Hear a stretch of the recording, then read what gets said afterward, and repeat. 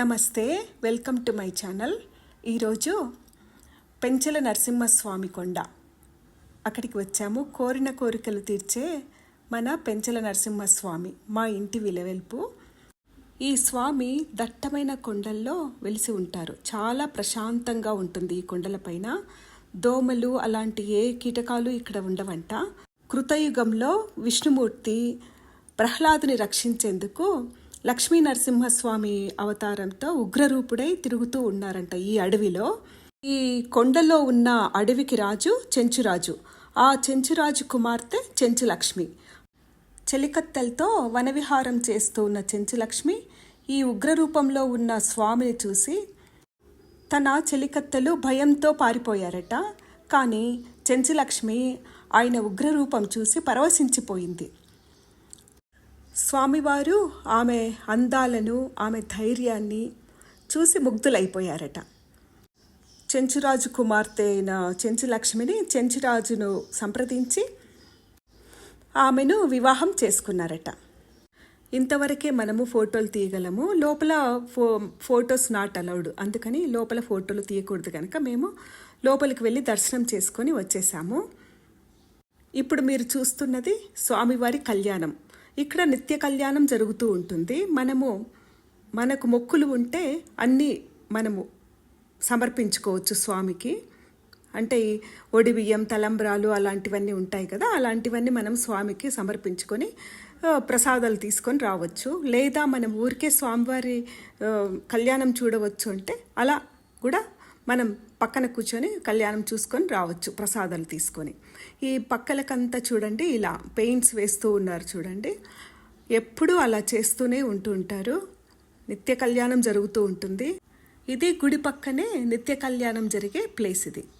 ఈ పక్కనే వరుసగా స్వాములందరూ ఉంటారు. అంటే శివుడు, పార్వతి, రాముడు, సీత ఇలా ప్రతిరోజు ఇలా బాజా భజంత్రీలతో ఇలా స్వామివారికి కళ్యాణం జరుగుతూ ఉంటుంది.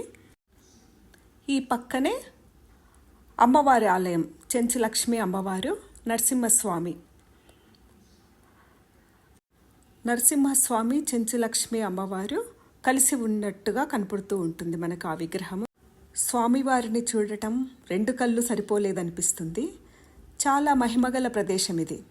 ఈ పెనుసిల నరసింహస్వామి కొండకు పక్కన 6 కిలోమీటర్ల దూరంలో గోనపల్లి అనే గ్రామం ఉంటుందట.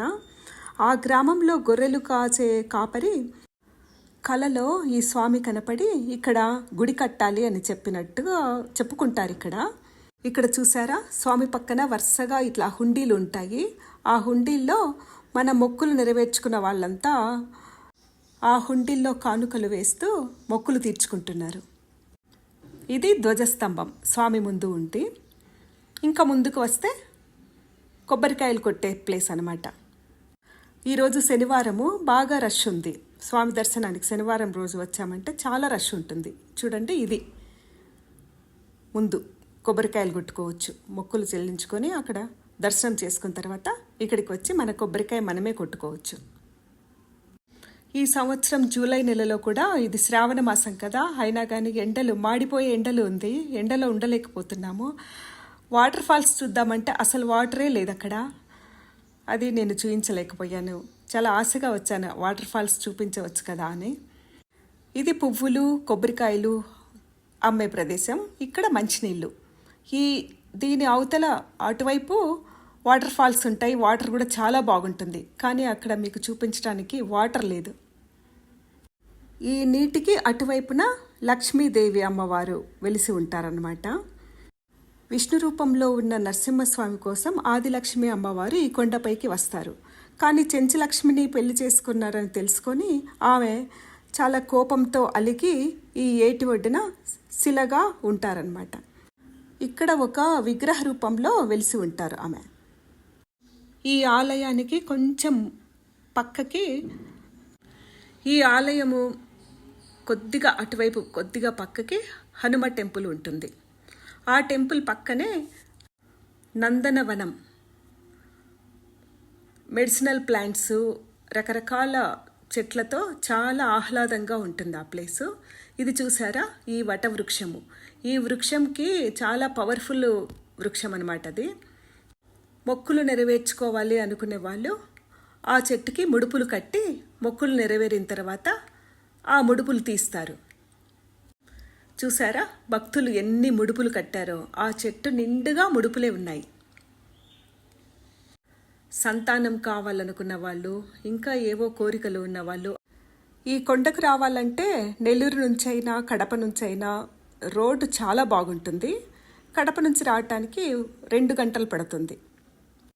కడప జిల్లాలో ఈ స్వామి భక్తులు చాలా ఎక్కువగా ఉంటారని చెప్పుకోవచ్చు. ఎంతో మహిమగల స్వామి ఈ నరసింహస్వామి. ఓం శ్రీ నరసింహాయ నమః. ఈ టెంపుల్కి వచ్చే ఎంట్రన్స్లోనే రాజరాజేశ్వరి దేవి ఆశ్రమం ఉంటుంది. చూడండి, ఈ ఆశ్రమంలోకి వెళ్ళి చూద్దాం ఎలా ఉంటుందో. ఇది షార్ట్ కట్లో మేము లోపలికి ఎంటర్ అయ్యాము. అక్కడ యోగశాల. ఇంకా లోపలికి వెళ్తే ఇక్కడ సరస్వతీదేవి విగ్రహం ఉంది. ఇది వేద పాఠశాల, వేదాలు నేర్పుతారట ఇక్కడ. ఇలా లోపలికి వెళ్తూ ఉన్నాము. చాలా ఆహ్లాదంగా ఉంది. చెట్లు, స్వామి ప్రతిమలు, చుట్టూ మంచి చెట్లు, మెడిసినల్ ప్లాంట్స్ ఉన్నాయి. మారేడు, నేరేడు అలాంటివన్నీ. ఇక్కడ చూసారా అమ్మవారి ప్రతిమ ఎంత అందంగా ఉందో. ఇక్కడ ప్రతిరోజు హారతి ఉంటుందట.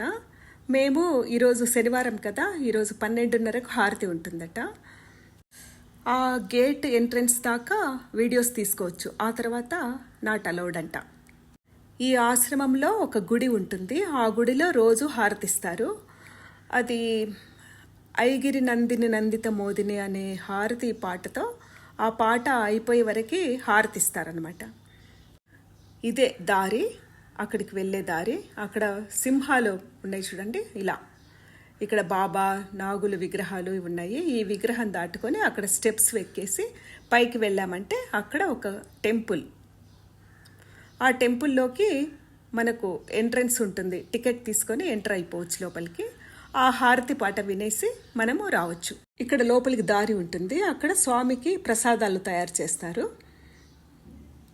ఈ స్టెప్స్ పైన టెంపుల్ చాలా అందంగా ఉంది. ఆ స్వామివారిని చూస్తూ ఉంటే ఇంకా ఇంకా చూడాలనిపించింది. ఆ పాట అయిపోయే వరకు మేము పరవశించిపోయామంటే నమ్మండి, చాలా బాగుంది. అష్టలక్ష్ముల అలంకారము చాలా బాగుంది. త్రిమూర్తులు ఉన్నారు. ఈ ఆశ్రమంలో చాలా చల్లగా, హాయిగా ఉంది, ప్రశాంతంగా ఉంది. ఇక్కడే ఉండాలనిపించే ఫీల్ అవుతామన్నమాట. ఇది యోగశాలలో అన్ని హోమాలు చూడండి ఎలా ఉన్నాయో. ఎన్ని రకాల హోమాలు చూడండి ఒకసారి. నేను చూపిస్తూ ఉన్నాను చూడండి. ఈ యోగశాల ముందు కూడా ఫ్లోర్ ఉంది కదా, అది ఈ ఎండలో కూడా చల్లగా ఉంది నడుస్తూ ఉంటే ఆ ఫ్లోరింగ్. ఈ మహిమగల స్వామిని అందరం దర్శించుకుందాం. ఇక్కడ అన్ని ఫెసిలిటీస్ బాగున్నాయండి. ఏంటంటే హోటల్స్ కానీ, మనకు మంచి రెస్టారెంట్స్ ఉన్నాయి. అకామిడేషన్ కూడా బాగుంది. ఏసీ, నాన్ ఏసీ మన చాయిస్ అన్నీ దొరుకుతున్నాయి. హైజీనిక్గా ఉంది. ఇది చూడండి, రెడ్డి సంఘం అంట. అలానే అన్ని కమ్యూనిటీస్ వాళ్ళు భోజనాలు, ఫ్రీ భోజనాలు ఉంటాయి ఇక్కడ. ఇది కళ్యాణ మంటపం. ఏ కమ్యూనిటీకి అలా